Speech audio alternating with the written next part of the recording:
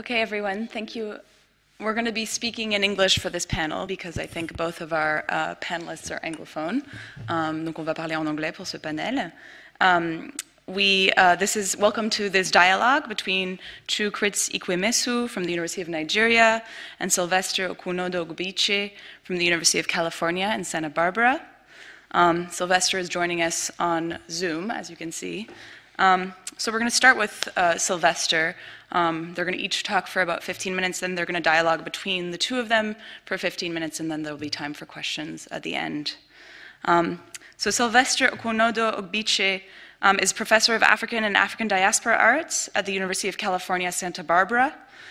He is the author of Ben Ewonwu, The Making of an African Modernist, which came out in 2008, and Making History, African Collectors in the Canon of African Art Collection in 2011.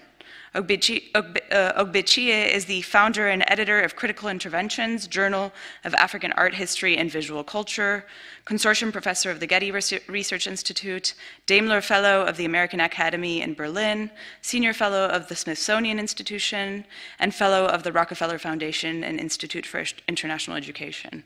Quite a lot, as you can see. His research focuses on African and African diaspora arts, modern and contemporary art, cultural informatics, and African cultural patrimony. Welcome, Sylvester. Thank you very much, and I'm glad to be able to join you by Zoom. I had written an article that I sent in earlier for general review, which gives a very detailed history of the Nsukka School. I don't want to do the same thing here. I just want to focus on my own experience with various artists and aspects of the institution. I was in the last cohort of students, Uche Okeke, admitted to the Department of Fine Applied Arts in 1983. After which, he retired and moved to Asele Institute in Nemo. The talk itself is looking at post-colonial ethnicity and contemporary art. So, Uche Okeke was a very important figure in the Nsukka School. His influence is very great, and we regarded him when we were students as literally a masquerade figure. He died in 2016, and for most people who knew him, we compared him to this kind of masquerade you see here, which is an Igbo Ijele masquerade. In the pre-colonial period, this was the largest masquerade ensemble produced literally anywhere in indigenous Africa, right up to the post-colonial era. And it's a very important masquerade of the Igbo people. It's about 4 meters tall, and it usually takes about 106 months of work to prepare for the masquerade or play. Now, it comprises 2 segments. You can see the top segment there, and then the bottom segment. Both are divided by a royal python. I want us to bear this information in mind, that it takes about 100 men 6 months to prepare this masquerade, as we discuss Uche Okeke's influence on the Nsukka School. The Uli revivalist movement was produced as a community effort. The overall styles and aesthetic ideologies of the Nsukka School were shaped by many key artists beyond Uche Okeke and continue to be redefined by younger artists since the 1990s. The key elements to this style and ideology was its deep investment in recovering and adapting indigenous Igbo Uli body and mural painting traditions to modern and contemporary art. Of course, this also involved excavating many ideas about Igbo indigenous philosophy and applying those, to cultural practice in general. Uli was a supremely female form of artistic practice in Igbo culture, but the Uli revival movement has until recently been dominated by male artists.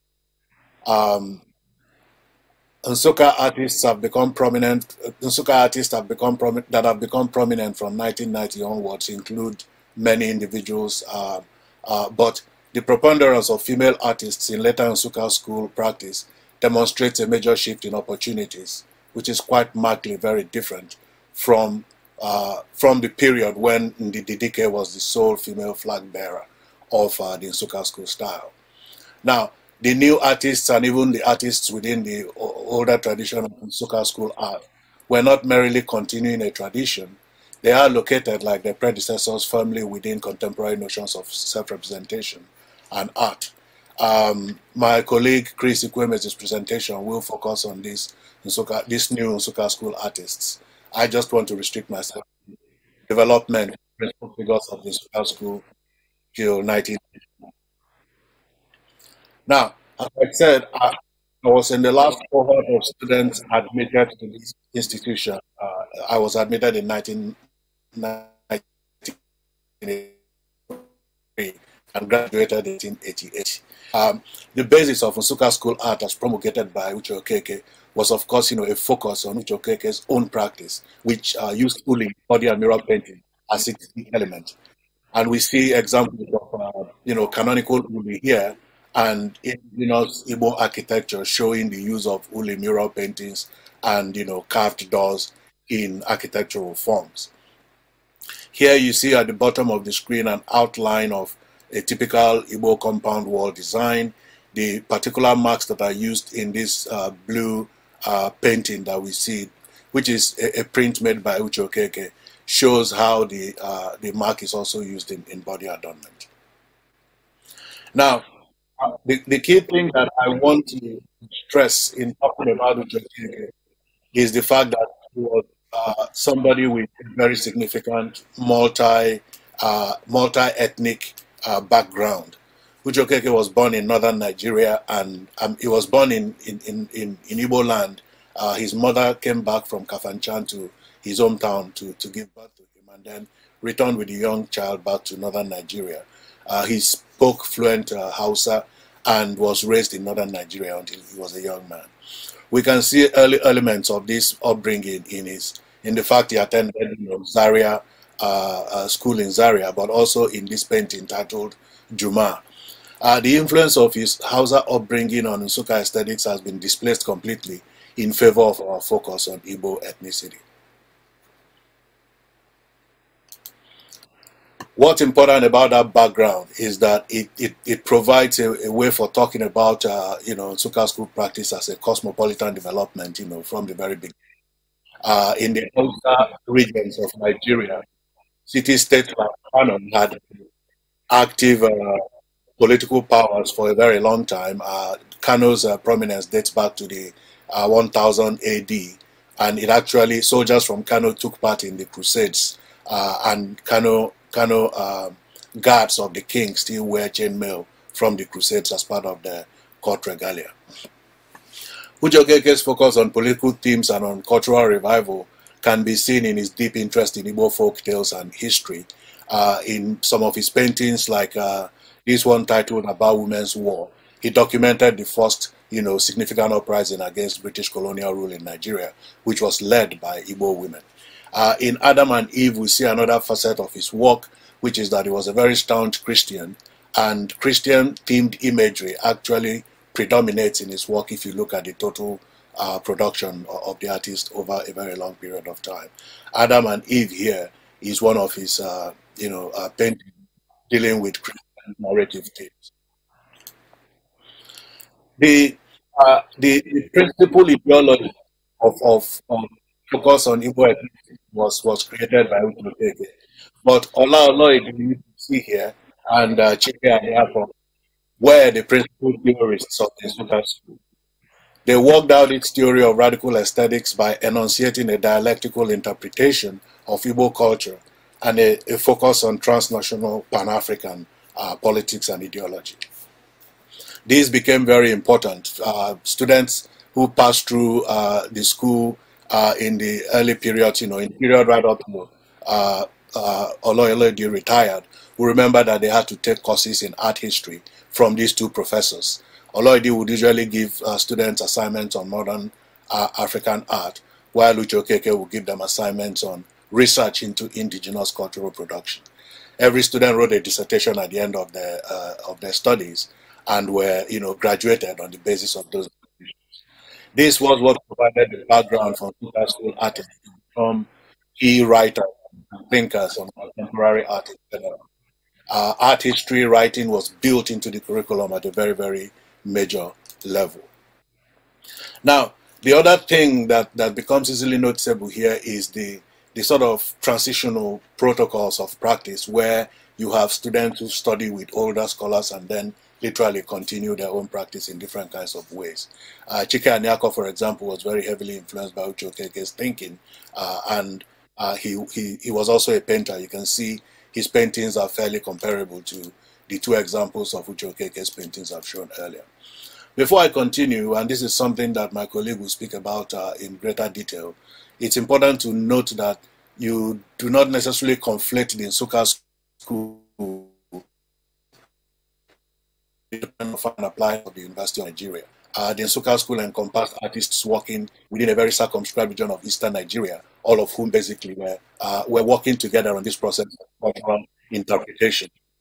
The Institute of Management and Technology at Enugu was the other significant site and bastion of Nsukka School experience. Many of the Nsukka School artists, I won't be speaking about those today, are actually from that institute. And the realization of this dual focus, dual context of practice was actualized in the formation of the ACA Circle of Exhibiting Artists, which included artists working from both institutions. And this ACA Circle went on to have a very significant impact on both student education and artistic practice.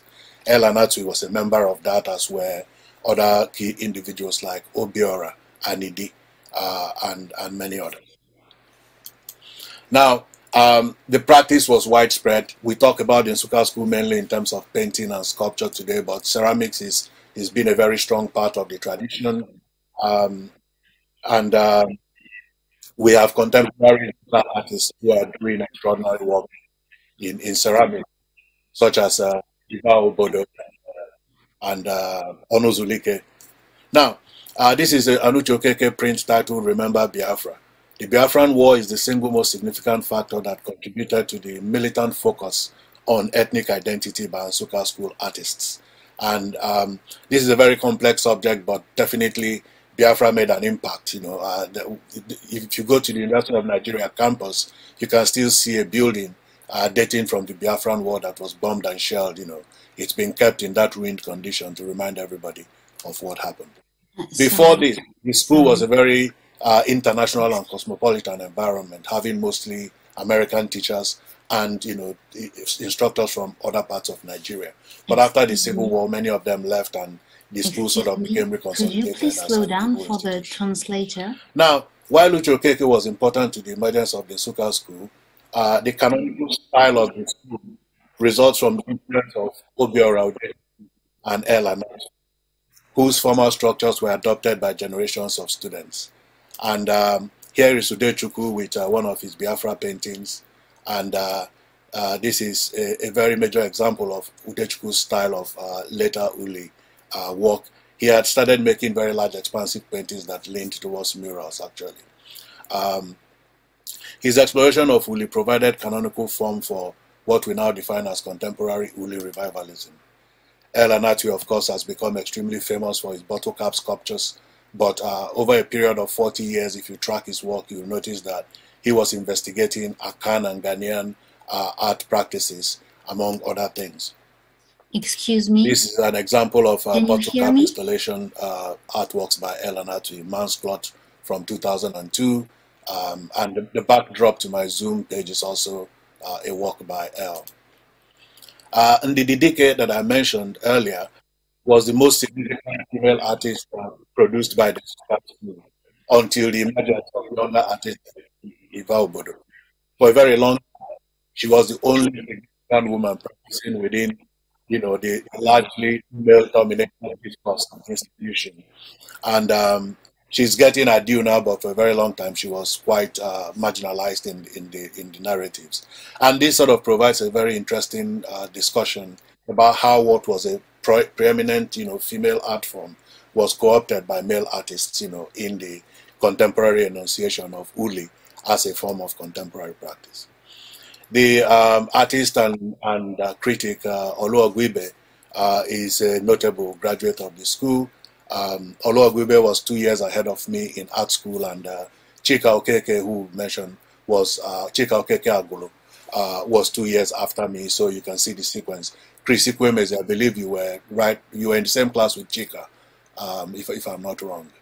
So there was that sort of sequential emergence, and everybody in the institution that worked at this level were both practicing artists and art historians. Ogbechie was one of the prominent younger artists and one of the first who moved abroad to have a significant international reputation. This is a 2003 installation by the artist that you see, including well, sorry, I always speak fast, but sorry about that.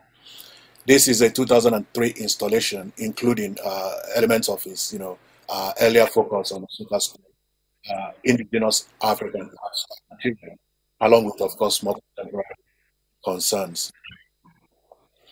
And Okwunodu came to the Nsukka School in the Awka Institute of Technology, and is still on the campus, operating as chair of the department, and he produced a lot of interesting work, making use of traditional techniques, which he converted into points of painting that I'm showing you here. This is a textile painting kind of practice, and in this particular work, he was using photographic documentations by an ethnographer who had passed through the Igbo country in the early 1900s. So this interrogation of history, this interrogation of cultural memory, interrogation of indigenous archives and things of that sort were very much central to Nsukka School practice. I graduated from the Nsukka School in 1988, and for quite a while, I practiced as an artist, and these are examples of my own works in the background.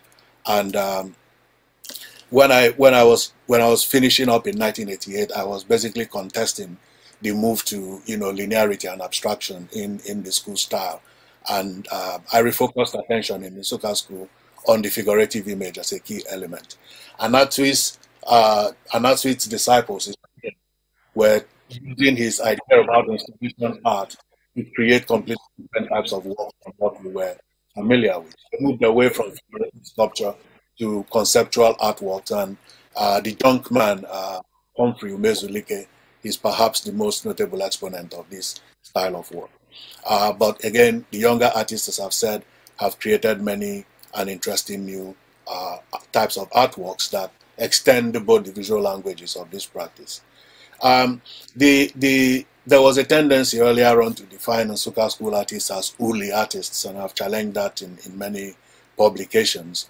The term I use is uli revivalism movement, and that sort of identifies very precisely what they were trying to do. Again, as I said, traditional uli artists in Igbo culture were women and not men, so this is something that gives us a little bit of pause. So the different kinds of configurations that we find in the school is as a result of a very deep engagement with cultural dialogue in the Nsukka educational as a whole. When I was a student, we were interacting with individuals like Chuu and people like Wole that were on to campus.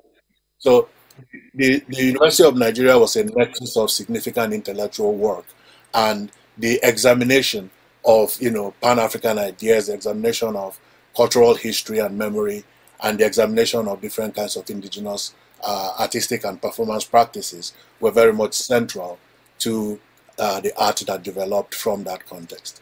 I have redefined this process in different publications as an intellectual movement to sort of attract attention to the fact that this was an active engagement with discourse and dialogue. It wasn't a chance emergence of a certain way of seeing. We worked on this very actively, and among the instructors and other people who were instrumental in producing most of the important graduates of this institution, there was a very, very serious focus on direct transmission of knowledge, from instructor to student. So we can see the practice of certain, and this is something I think has shaped the orientation and practice of the institution to turn it into what we know today. So Uche Okeke was very important in this process. His contributions cannot be marginalized or minimized in any way whatsoever. But again, like the masquerade he was, the preparation of a masquerade is never the activity of a single individual. It is in that acknowledgement of the individual by his community, by his crowd, that actually confers on that individual the kind of great validity and power that we associate with, fame and legendariness in the West. So I'll stop there and hand over to Krydz for his presentation. Thank you. And apologies for the technical confusion. We actually tested all this out, earlier, and I'm surprised that this happened in this event. Thank you.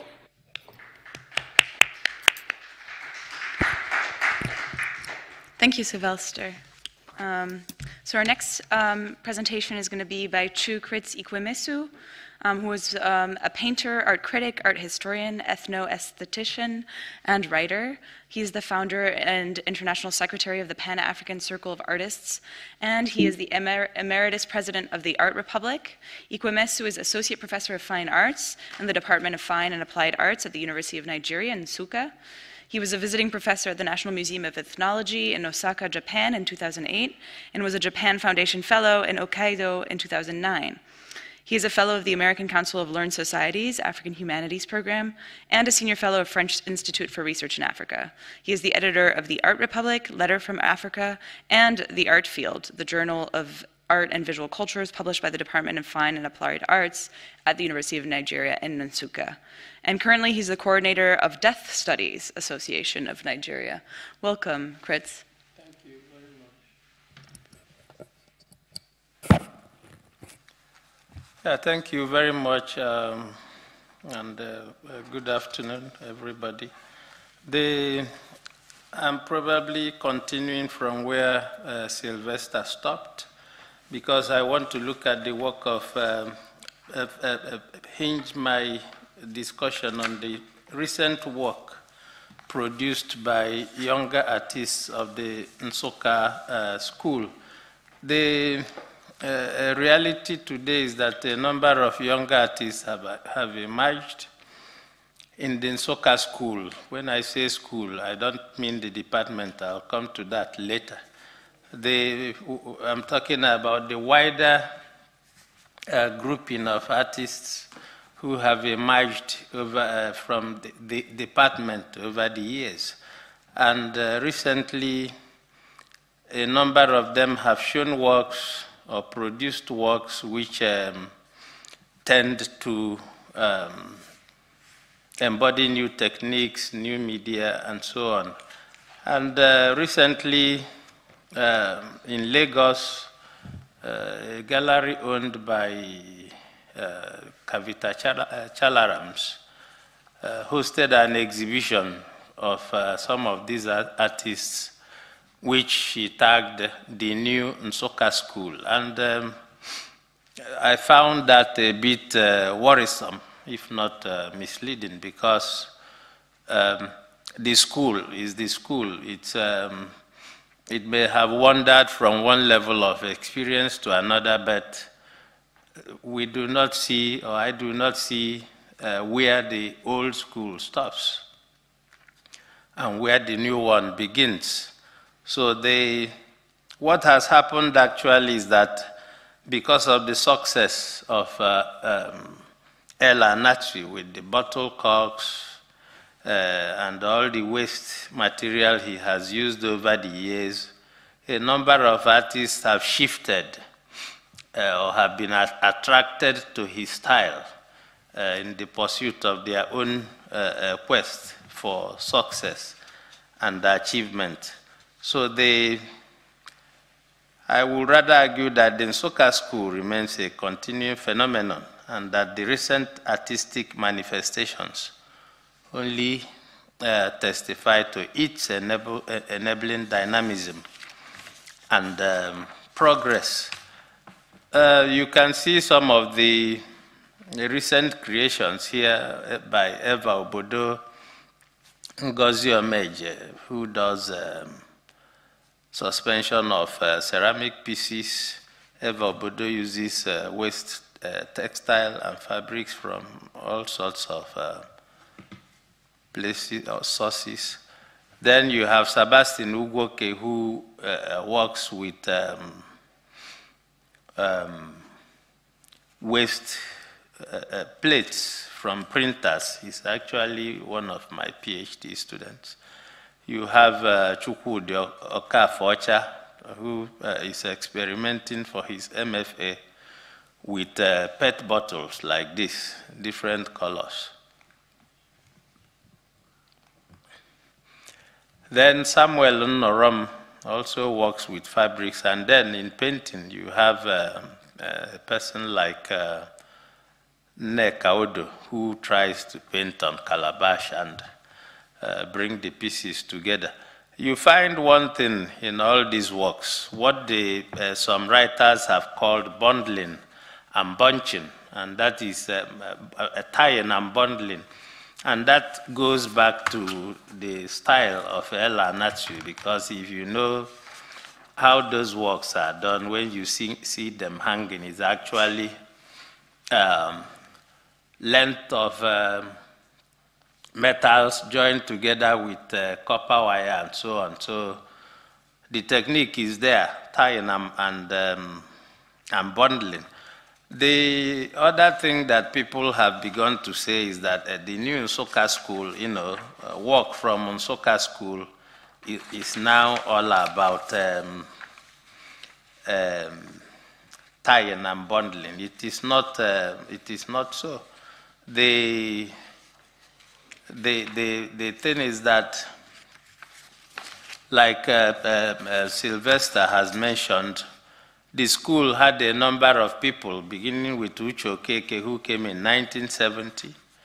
After the war, he went to Germany. During the war, he went to Germany and was there all through the war. Came back in 1970 and was employed the same year to teach and head the Department of Fine and Applied Arts.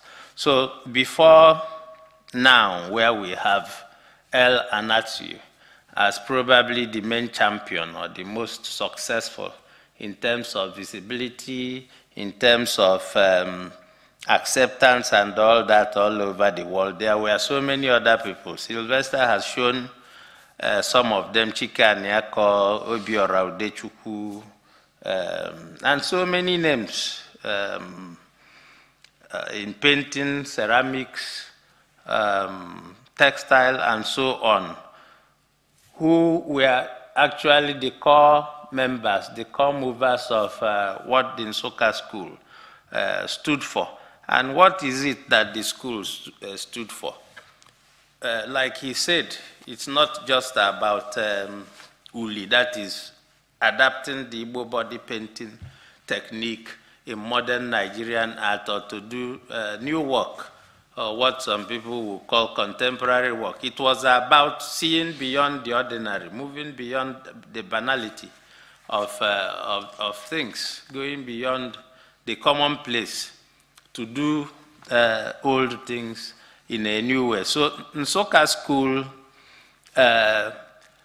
was more experimental, because if you consider that a school like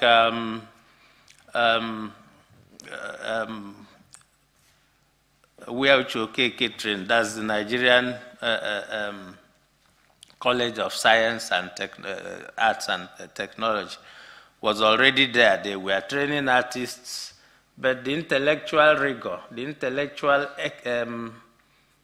aspect was not really emphasized. No wonder that Nsukka was the first to produce an art history graduate, I think in 1982. And so far, without sounding our trumpet, the art history course in Nsukka seems to be the most elaborate, the most focused till date. What I'm trying to say is that it was a holistic attempt to go beyond what was and to seek for new frontier in terms of the type of work done, in terms of the need to verbalize art, because in most cases you have art training centers in Nigeria, perhaps is also the same in some other parts of Africa, where people are literally trained as artisans. You have people who train as art, but they cannot actually talk about their work. But this is something that Uche Okeke and his colleagues put there, because like Sylvester rightly pointed out, a tree does not make a forest, if I have to use the old cliche. There were other people there, and people, each person played his own role, theoretically, practically, in terms of specialty. Everybody brought something to the table to make the department what it really is today, and to create what we now call Nsukka School. A school is not where you train people, but I don't know whether it's the case with other places, because in Nigeria today, you hear people talk about Ife School, Lagos School, Zaria School, this and that. These are universities that have art departments. An art department is not a school. For you to have a school, there has to be a centralizing ideology. It has to go beyond that training, because you can train people and they go their separate ways. That does not make a school. The fact that they trained in the same place does not make them, those people, a group or a school. So, but Nsukka is unique, or has been unique, in the sense that the philosophy of natural synthesis, which Uche Okeke propounded, is still, you can find the thread still running along the works of people who went through that school. And what is natural synthesis? Simply, we can define it as glocalization. Glocalization in the sense that you take what you have, take from elsewhere, and then you put it together, and you're able to move forward. Because at the point of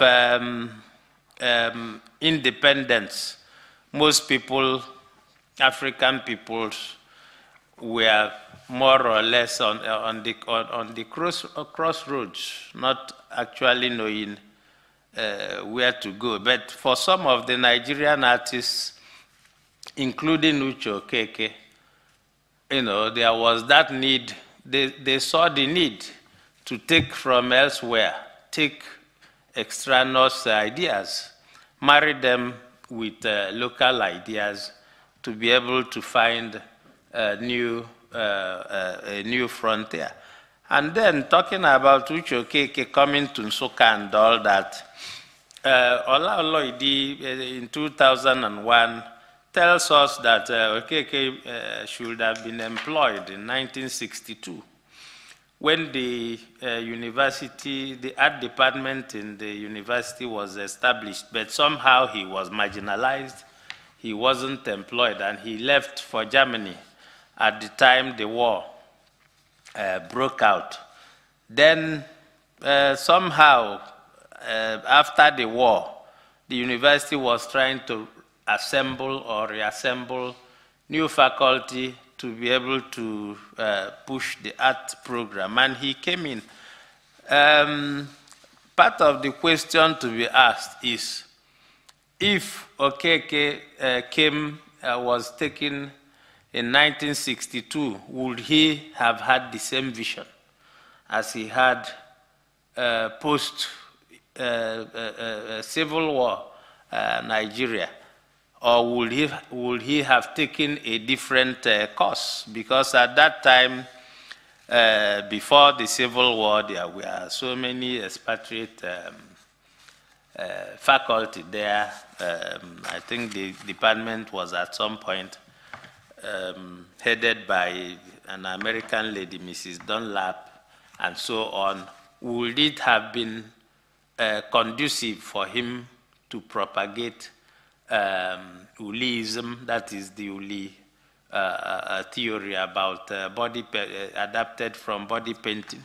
Or would he have pushed the natural synthesis philosophy, or would he have, he and his colleagues, would they have had seen the need to emphasize on the essence of looking inwards? I think the answer will be no, because the two periods were diametrically different from each other. And you may ask how. Looking at how, we would want to look at mainly the period after the Civil War. Uche Okeke is an Igbo. I'm also an Igbo person. And imagine from the defeat in the Civil War, you don't think he would be thinking the same way he would have thought 4 years before. For the Igbo people, it was very devastating. And for those of them who were artists at that time, I was born in the war, 1967. And most times I tell people, they say, were you in the war? I say, yes. They say, but you say you were born in 1967. I say, yes. I fought on my mother's back. And good thing I survived. Because many children did not survive the war because of Kwashiorkor and a lot of other things due to the blockade by Nigeria of aid and other things going to Biafra. So many people died. So I say I'm a gallant soldier, and many people survived on that note by sheer luck, you know. So for those of them who came out of that war alive, it was a question of looking inwards, looking at self, reassessing self, looking at identity as a basis for approaching the other. And that was what basically happened with the department. And it was that spirit that actually gave rise to what we know today as the Nsukka School. I wouldn't go to reading what I have here, but because my colleague, senior colleague, Sylvester, has said so much about them. He was in year 5 when I came to Nsukka in year 1. So he has talked about the international engagement, the influence and all that. It's not just that people are in Nsukka adapting from the body. Members and products of the Nsukka School have become theoreticians all over the world, practicing artists all over the world. Recently, Ella Natri has become the most iconic figure to emerge from that school. And the history is still ongoing. So that is why I disagree with the idea of Mrs. Chalaram in Lagos talking about the new Nsukka School. There is no new. Even if these artists have moved to new media, using things that were different from what was used before, going beyond paper, going beyond 2-dimension and all that, it is still the same spirit of experimentation, of adventure, of always seeking for new frontier that continues to drive the artist. So in conclusion, I want to say that the Nsukka School is not the same as the Department of Fine and Applied Arts, University of Nigeria, Nsukka. Rather, it was engendered by the department through the pioneering and cutting-edge creative efforts of Uche Okeke and other formidable Nsukka artists, beginning from the 1970s. If the hallmark of the school has been a cross between creativity, invention, and innovation, recent works from the school only reinforce and reaffirm the original spirit, although it is a long way from home. Thank you.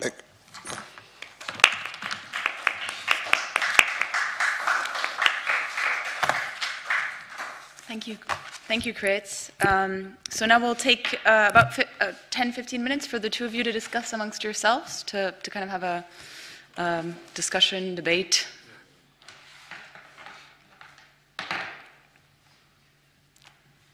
I don't know, Sylvester, if you want to respond to Krydz. Again, you know, we're both given 15 minutes to make these presentations. Krydz Ikwuemesi edited a volume on Uche Okeke almost 20 years ago at this point now, and that contained many contributions from authors who looked at various facets of his work.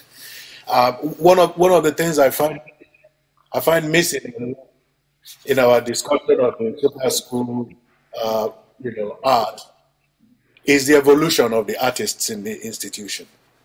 We don't get a lot of discussion about how artists, actually work.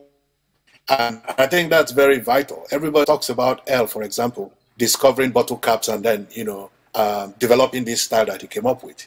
But the whole impetus for looking at local technology and looking at local materials was something that began in 1986 during the crisis, financial crisis of 1986, when the Nigerian economy literally tanked.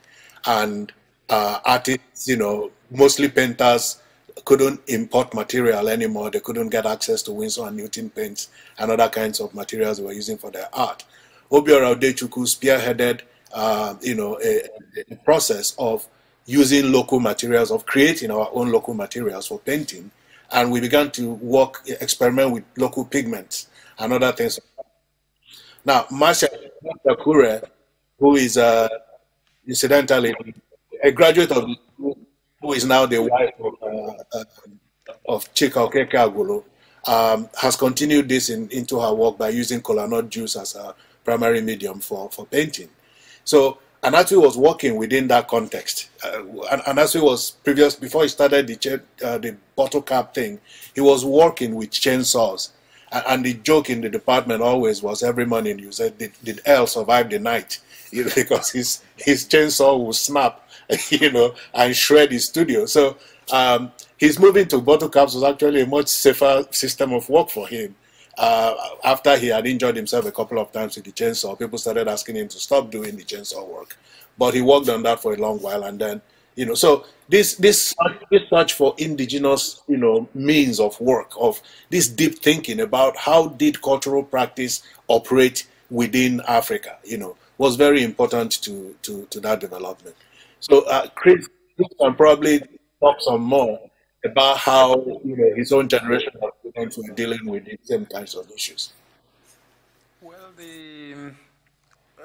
beyond Elle's generation, and that includes Oloidi's generation and so on, people have continued to look for alternatives. Nigeria has not got better. We have to face that.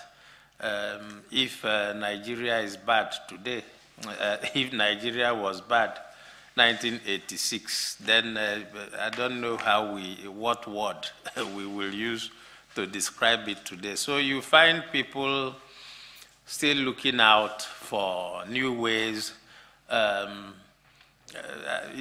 times people will say, well, it's not because they cannot afford. But I think it's also because they cannot afford to get some of these things. So the impoverishment, on the part of the artists also leads them to new invention, leads them to innovation. Today, for instance, I don't know how many people are buying art, how many people are buying painting. So if you have to find new ways of making visual statements, why not? So that tradition has continued on many grounds. The need to find new ways of doing old things, and also out of the inability for people to afford certain things. It's not just in art, it's all over, it cuts across different spheres. If you cannot make do, if you cannot have the real thing that you need in terms of living standards and all that. You just have to survive. You have to find a way of getting along. So I think that is what is happening with the artists. But in doing that, it has also yielded innovation, new ideas, new work, and so on. That is for my generation, I mean. Yeah. So I would not use the word impoverishment. I would say challenging terrain of operation. That's how we saw it back then. Nigeria has transformed in many ways, and the country continues to be extremely difficult context to work, no doubt about that. But the point I was trying to make about this is that the economic conditions of practice, that terrain of difficulty, it's the kind of work that comes out of Africa in general. For example, I was once having a discussion with a curator from England about what she was describing as lack of cutting-edge video art from Lagos. And I told her, I said, well, there is no stable power supply in Lagos. You don't have power 24 hours a day. Major galleries are running generators in order to have electricity. So how do you do video art in a context when you don't have a steady supply of electricity? And if you're doing that, are you not essentially negating your own context of practice in order to aspire to a different kind of way? Video art works in New York, yes. But does it work as well for us, in Nigeria as a medium of expression? I don't think so. I think, the very lack of this kind of practice is not backwardness. It's not as if people were not aware that things like this can be done. But you have to certainly understand what kind of context you have, in order to think about the art that comes out of it. And what this means, the Igbo people say, "Onya funaka ome, omeka ofo." It's literally the Western English proverb that when life hands you lemons, make lemonade, right? Yeah. But the point I'm trying to make here is it reasonable for somebody to be expecting video art from Nigeria as a key mode of practice? The fact that that expectation is there goes to show that a lot of people who study art from Africa are actually interested in seeing, their own ideas about cultural practice confirmed, rather than actually look at the kind of cultural practice and the conditions of practice that produce new artworks from Africa. And as Chris mentioned, there has been great, inventions that emerged from this terrain of difficulty. And actually literally invented a whole new medium of practice. And he's famous for that today.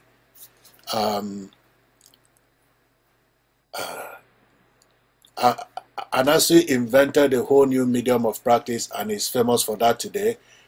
Bruce Onobrakweya invented a whole new technique of making and equally famous for that. So I'm talking about the fit between discourse and practice here, and the need to actually study artists of the Nsukka School, for example, within the historical context of their own developments and highlighting their own engagement, with contemporary practice, rather than trying to impose, Western views of how practice should be on them. I have made that a part of my own work to affirm this process and not see what is happening as essentially being inferior to anything else. Yeah, video art might work for you in New York, and more power to you to do that. But look at what African artists are making and ask them why they make it. What is the meaning of their work? Rather than say, well, this is all well and interesting, but why are you not making video art? We had the same problem back then, when you made an abstract painting, everybody said you are copying Western art, So this constant communication that I think needs to be worked on. I think the other issue we need to look at is the issue of hunger, and that is why I talked about impoverishment, because people are not getting richer, situations are not getting better. Most times I prefer to talk about underdevelopment in terms of in relation to Africa rather than development. And when we are discussing, if I'm in my house in Enugu, if you say, no, I open my window and say, look at the road. When I moved in here, there was tar. It was tarred. Today, there is no tar on that road. So you don't call it development. So people are actually moving backwards. And where it's possible, they are swimming against the current. So the problem we have is that many people want to put food on the table. I had an argument with the former Vice Chancellor of University of Nigeria when I was head of department. We had a show for the convocation, and I started by saying art should be passion, that people should have passion for what they do. If you want to sell like L did not come to Nsukka with trailers of money. There was a time he had his own difficult times. So you have to have passion for the money to come. And the Vice Chancellor comes in and says, who told you that art should not put food on the table? He should put food on the table. After all, El bought my ticket to go to South Africa. I couldn't go, so he's making money. You were not there. We know the history.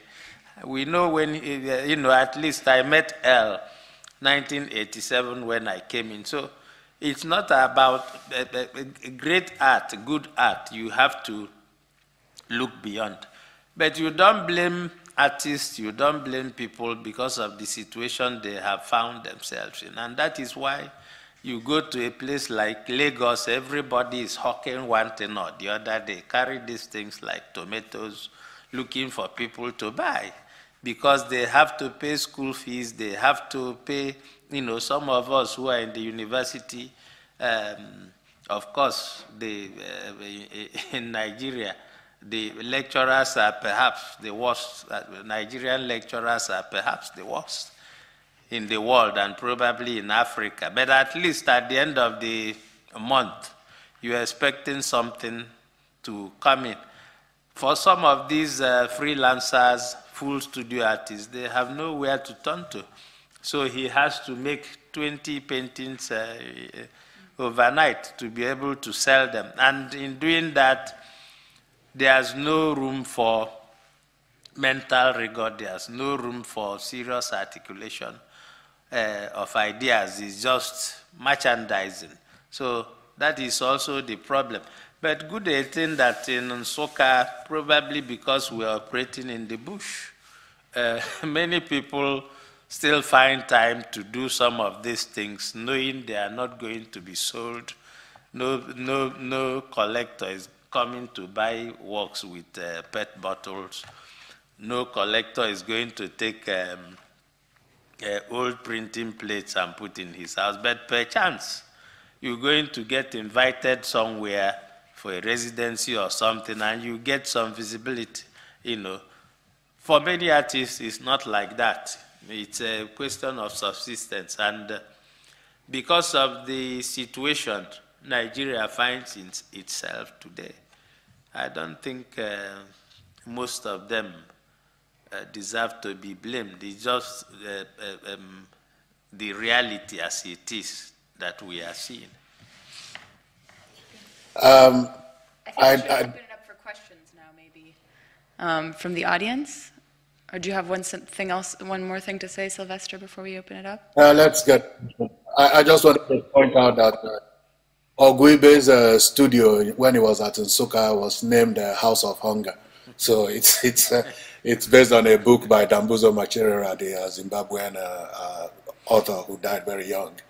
But we all dealt with that, and we all tackled it in different ways.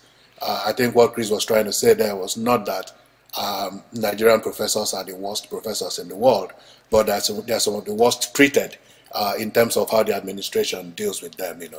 It's not unusual for professors to go months without getting paid for their work and things of that sort.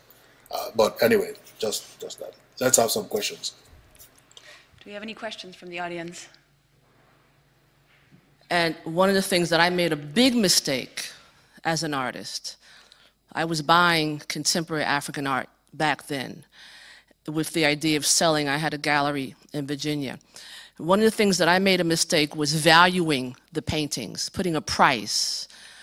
How, I don't do that anymore, I would never do that anymore, but as an artist, how do you see today, we're talking about not having the resources the resources in Africa to be able to show your work to the public. What do you think is a way for people, particularly, let's say in Europe or France, for example, I live here, what's a way for individuals and galleries and institutions to be able to concretely help African artists today? Is that a question? I think it should go to Sylvester. Well, thank you, Chris. There is a difference between what operates today and what operated when I was at Nsukka, all those years ago. Every artist has access to the internet now, and you can market your works online without the constraints of local conditions. All you need is an internet access, and most Nigerians I know have 2 or 3 phones in their pocket at any given time. So, that's a big change. In terms of galleries and institutional support, there's been quite a lot of development in Nigeria. Many new galleries have come into and are showing on a very grand scale. One of the problems that you have that persists, and this is not only in Nigeria but across Africa, is that many of these artists are being, their works are being bought and immediately resold at much higher prices in different kinds of auctions. There is a kind of, predation that's going on. A young artist gets, signed into ruinous contracts, or their works are bought at a very cheap rate, and then 2 months later they appear at an auction in Europe and they're selling for 10 to 100 times what they were paid for. I ran across a gallery dealer in Los Angeles here who was doing that, and we had quite very strong words about that this is rank exploitation, in other words. But that's not because these people are Africans. It's just a function of capitalism and how it works. So the point is there is an international audience for art, but we know that international audience is still facing problems of marginalization, and that the works of black artists on the global stage are valued much less than those of white artists. I track all these auctions, and I realized early that many of the auctions of contemporary African art were resales. There were people who had bought, these artworks and then are reselling them, so that the high prices that these artworks are fetching are not actually going to the artists who created these works in the first place. It's another form of colonization that's come to stand between the artist and his audience. But in terms of how to gain visibility, the internet is there now, and an artist that cannot manage online protocols to give themselves a chance to get noticed is not working hard enough. And hard work, I think, has always been the bedrock and foundation of the Nsukka School. So I'm not saying we should blame the artists. Their conditions are difficult, but at the same time, the opportunity is much more. If you take a look at Nigerian musicians, you see how well they are doing, internationally, and they are using these same modes. They are using the internet, to promote their works and promote themselves. So. Talking about colonization, I think it happens both ways, because there are actually people who want to be colonized. No matter how you define colonization in terms of how they relate with institutions in the West and so on. And you still have that situation where we have not really done anything, or done much at home, aside from Dakar and 1 or 2 other events. I don't see anything happening. So everybody tends to be looking outside for opportunities and so on and so forth. So for me, it's a kind of colonialism going on, And there are people who are, willing and happy to be part of it. You know, when you travel abroad, it's like, oh, you went abroad. Events at home are not valued. Conferences at home are not valued. I was looking at the promotion guide for Nsukka the other day, and they said they were defining international exhibition in terms of one that has been organized at George Pompidou Center. And I said, why should it be George Pompidou? Why must you come to France to have an exhibition, for instance, before it will be called in? That is colonialism. So it's on different fronts. And, you know, colonialism is bad, but there are people who are ready, artists and so on, to embrace it for whatever it is worth. Hi, Sylvester. It's Riason Naidoo on the... Hi, Riason. Hi, Sylvester. Thanks so much for contributing, because I know it's very early in the morning there, 6 o'clock, between 6 and 7. So thanks so much. I've been thinking a lot. There's so many great Nigerian art historians and art critics and, of course, curators in the last 20, 30 years. Yourself and Okwunodu and, Nsukka Okeke and, new generation coming forward. And many of these art historians also started as artists, and then became art historians and very good art historians. What is that secret? Is it Nsukka, or is it? Tell us what the secret is. It's the whatever it takes, protocol of African life. But yes, this is something that was very central to Nsukka School education. I like I said, Oloidi and Aniako had basically, as a student at UNN, you wrote two thesis papers. You wrote one, for Oloidi, and then you wrote one for Aniako, and both count towards your graduation.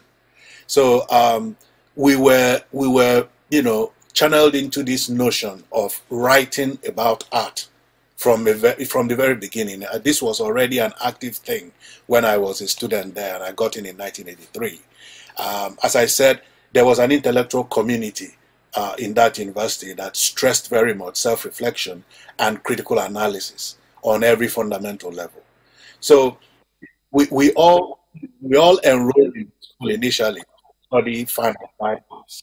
Ogwebe graduated as a painter, so did I, so did Nsukka Okeke. As my colleague mentioned, as Krydz mentioned, the first art history degree was awarded in the 1980s, in 1982 or thereabouts. I do remember that student. He was an anomaly. He was the only person in the school to have received an art history degree up to that point in time, because we folded art history completely into art practice as an integrated art protocol. So that's one. The second was this tradition of literary expression that you had, championed by the presence of giants like Chinua Achebe, Donatus Nwoga. There were many key people in this regard. There were journals published in the university that encouraged contributions from students. There were poetry slams and other kinds of places where, I'm a published poet, so is Ogwebe. So all those were things that were there together. And this has influenced how we work. I founded critical intervention. Ogwebe was very central to the founding of Nka, along with Nsukka Okeke. Along with Okwunodu. Nsukka Okeke came along and joined the group much later. Nka was founded by Ogwebe, Salah Hassan, and Enwezo. So it's that fact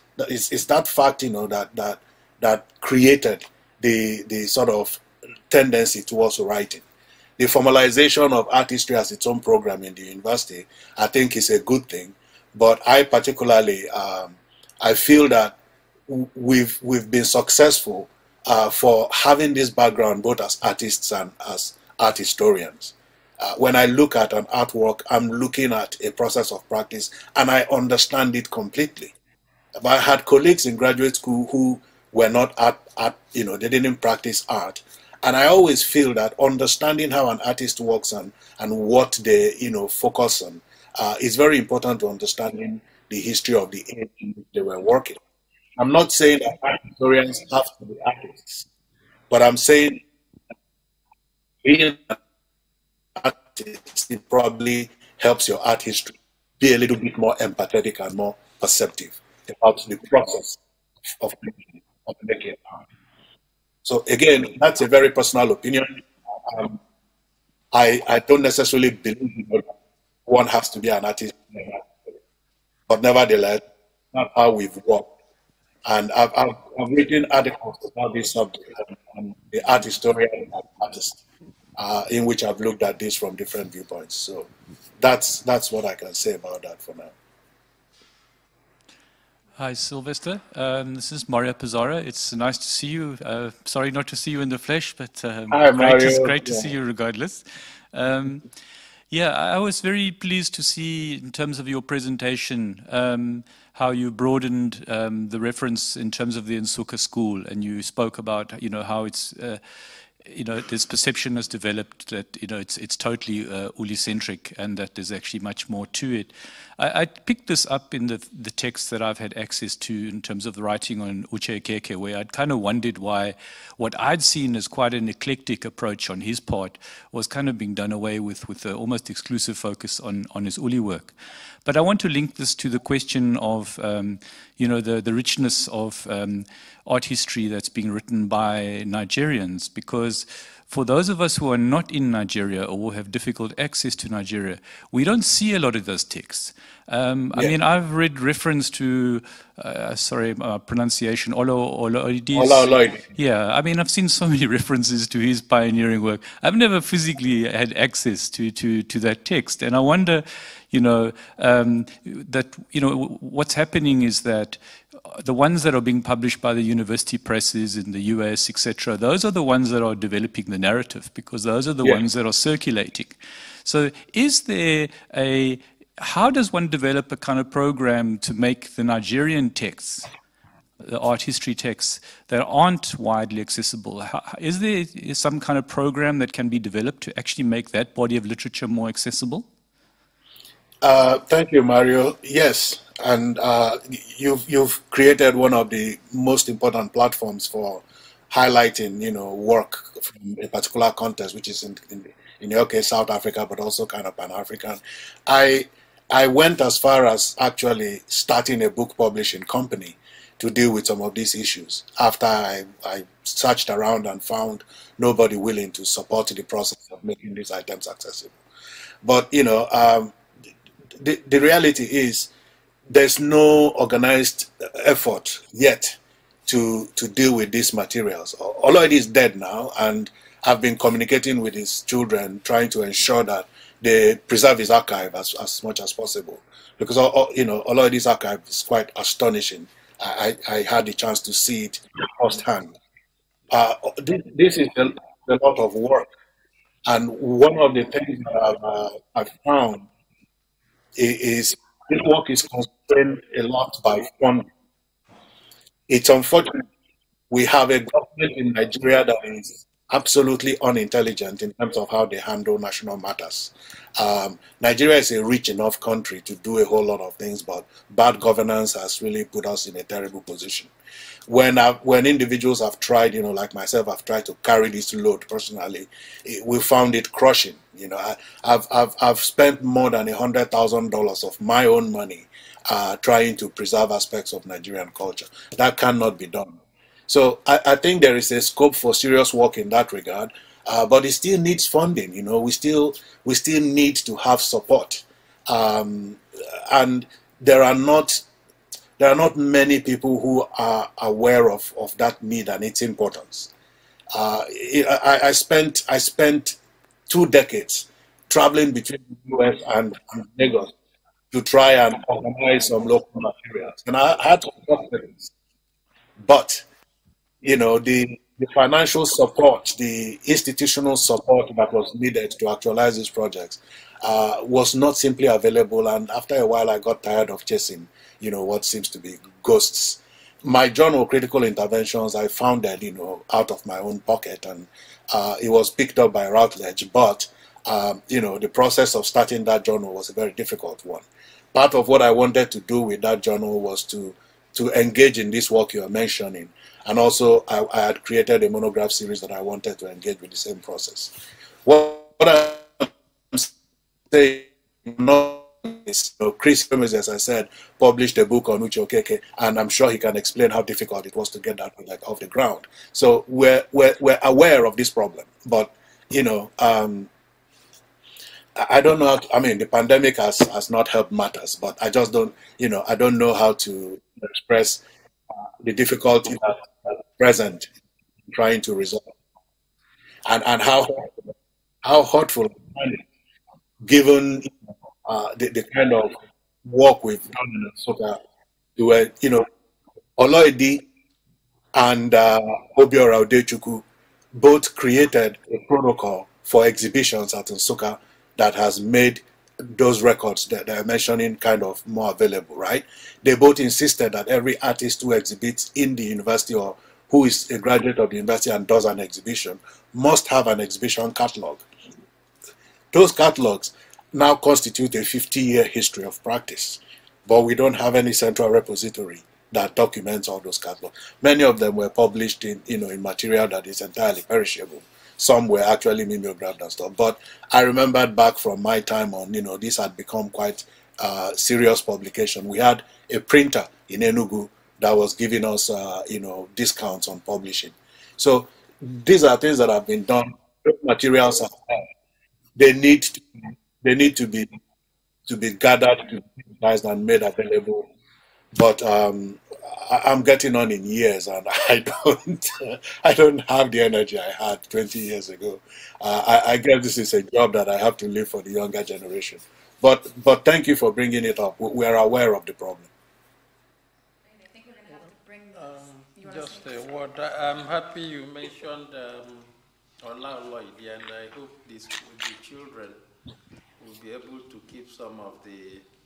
Krydz, can you speak? I can't hear you. I said I'm happy you mentioned Ola Oloidi, who died last year or the other year, and it's also good. Well, we hope the children will keep some of the archives, protect them good enough. The other day they built, they inaugurated a center in his honor. Of course, Oloidi wrote an important essay on thesis on Onabolu, which is yet to be published. He kept saying he would. It never got published. Some years ago, we celebrated the 56th anniversary of the Nsukka School in Nsukka, Abuja, and Lagos. We tried to put materials together, which is yet to be published. Of course, when you leave office, the next person will have his own agenda. So, unfortunately, we've had 2 heads of department or 3 after myself. And that book, the document is still lying there, but we are hoping that later this year, it doesn't contain much, but we try to put together the names of people who graduated from there, a few essays on some individuals who are practicing here and there. It's there. That is for the school. But the issue of publishing generally is a problem. People have good manuscripts here and there about issues, about people, but there's no, there's no means of publishing them. And the other problem we have in Nsukka now is where the administration says you must publish in Thomson Reuters journals and so on. And these are not journals you come by every day. So at the end of the day, you may have important things to publish. That's also another form of colonialism. And the journals are not interested, so the things will lie there, things that should benefit Africa, benefit Nigeria, and you want them sent to journals in Europe that are indexed in Thomson Reuters. So these are some of the factors that come in to impede efforts of a few committed people you have down there. Thank you. Okay, well, we're going to close the panel. Thank you for attending.